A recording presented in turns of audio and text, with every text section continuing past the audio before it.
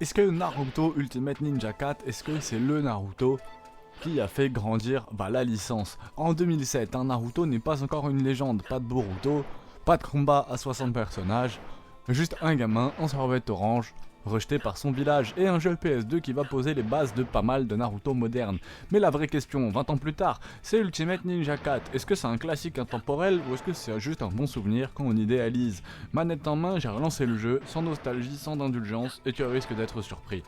Ultimate Ninja 4 sort sur PS2 à un moment clé. Le manga explose. Shippuden arrive et les fans veulent revivre l'histoire, pas juste se taper dessus. CyberConnect 2 veut plus faire un jeu de baston Naruto, ils veulent faire un jeu Naruto, tout court. Et ça change vraiment tout. À première vue, le gameplay est accessible. Des combats dans des arènes en 2,5D, peu de boutons, prise en main immédiate, mais sous la surface, il y a déjà la gestion du chakra, les substitutions, les jutsu contextuels et les ultimes spectaculaires. C'est pas Tekken, c'est pas Street Fighter, c'est un jeu pensé pour reproduire l'animé, pas pour l'e-sport. Et dans ce rôle-là, c'est diablement efficace.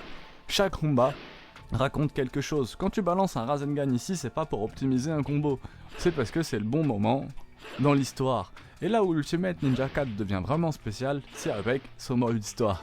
Pas une suite de combats, une vraie aventure, avec exploration de Konoha, dialogue doublé, quête secondaire, mini-jeu, décision scénaristique. À l'époque, c'était presque choquant pour un jeu de baston. Tu vis Naruto, tu marches dans le village, tu parles aux personnages, tu ressens les enjeux, et surtout, le jeu respecte l'œuvre. Il prend le temps, il laisse respirer les moments émotionnels, et comprend que Naruto, c'est pas que des coups de poing. Sans Ultimate Ninja 4, comprenez-le bien, pas de Storm, pas de mise en scène cinématographique, pas de narration intégrée au gameplay.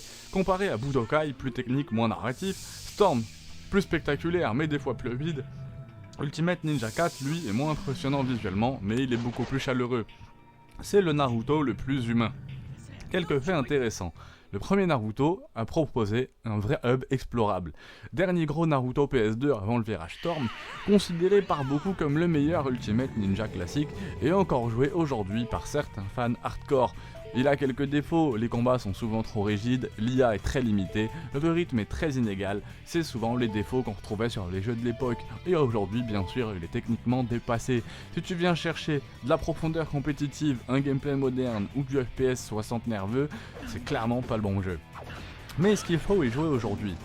Ultimate Ninja 4 il est pas parfait, mais il a un truc que beaucoup de jeux récents ont perdu. Une âme, une vraie âme.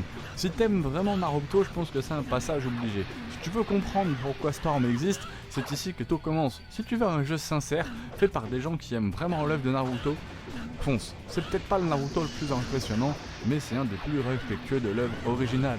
J'ai passé beaucoup d'heures moi sur les Naruto Ultimate Ninja 2, 3, 4, à l'époque sur PS2, c'est des excellents souvenirs.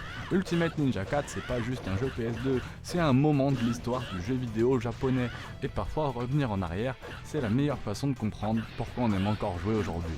Abonne-toi, pouce bleu, c'était Remix Life.